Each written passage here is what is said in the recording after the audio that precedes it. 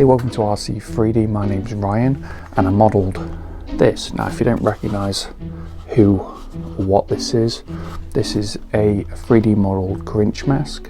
I'll put the link for this down in the description, and I kind of just wanted to do something Christmassy themed for the channel. Just something fun, a little bit off, I don't know, a little bit off what I normally do. I mean, I've done a fair few masks, but I figured why not do the Grinch?